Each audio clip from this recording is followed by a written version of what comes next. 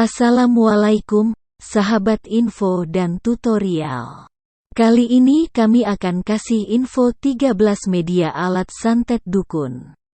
Sebelum kita bahas semua, silahkan klik tombol subscribe dan bunyikan lonceng agar tidak ketinggalan info lainnya.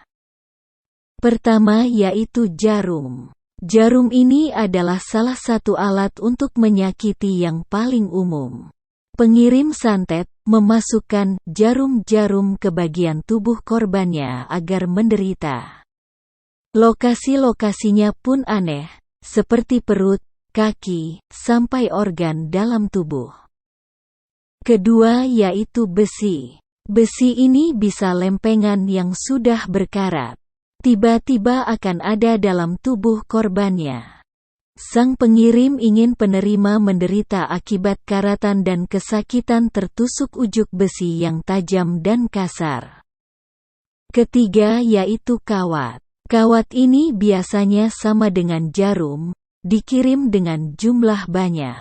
Jadi organ dalam korban akan tertusuk pelan-pelan. Hal tersebut tentunya menyakiti korban dan membunuhnya pelan-pelan. Keempat yaitu paku.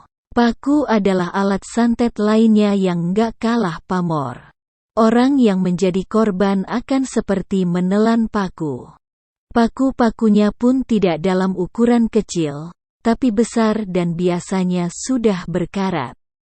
Kelima yaitu boneka. Boneka ini nampak sederhana untuk dibuat, tapi ketika boneka ini sudah diberikan mantra-mantra untuk menemukan korbannya, betapa bahaya boneka ini.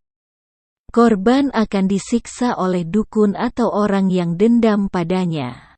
Bisa saja kayu tersebut dibakar dan akan memberi efek pada korban. Keenam yaitu boneka kayu. Sistemnya sama, tapi kalau boneka kayu biasanya untuk santet yang lebih keras. Orang-orang yang dendam pada korbannya ingin si penerima santet benar-benar tersiksa. Bisa saja kayu tersebut dibakar dan akan memberi efek pada korban. Ketujuh yaitu jin. Santet jenis ini menggunakan jin untuk mengganggu korban.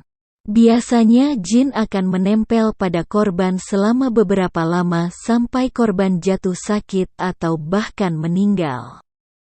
Kedelapan yaitu hewan liar yang bisa melukai dan membunuh manusia dikirim untuk melukai korban santet. Misalkan tiba-tiba di tengah malam kamar korban akan ada ular atau kelabang, bahkan kalajengking. Hewan-hewan tersebut adalah kiriman. Kesembilan yaitu telur ayam. Nah, telur ayam adalah salah satu medium yang digunakan dukun untuk menempatkan mantranya pada tubuh korban. Banyak yang percaya bahwa santet dengan darah atau hewan yang bernyawa ini akan lebih kuat dan bertahan dalam tubuh penerima santet. Kesepuluh yaitu kertas mantra. Kalau kertas ini sudah jarang digunakan, tapi juga tak kalah ampuh. Korban tidak sadar bahwa ada kertas mantra terselip di rumah atau tasnya atau dimanapun dekatnya. Hal ini dikarenakan kertas tersebut dikirim menggunakan makhluk halus. Ke-11 yaitu air. Biasanya racun dikirimkan setelah sang dukun membacakan jampi-jampi atau mantranya pada air atau medium cair apapun. Orang-orang yang terkena santet ini biasanya sering bertemu dengan pelaku, karena pelaku perlu melakukan kontak dekat dengan korbannya agar dapat membuat korban meminum racun ini. Ke-12 yaitu buah atau sayur. Sama seperti alat nomor 11, bahwa orang yang mengirimkan santet ini harus menemui korban. Jadi biasanya pengirim ingin membuat korban meninggal dengan istilahnya wajar. Anggapannya adalah korban meninggal karena terkena sayuran beracun. Jadi tidak akan ada yang curiga kalau itu adalah santet.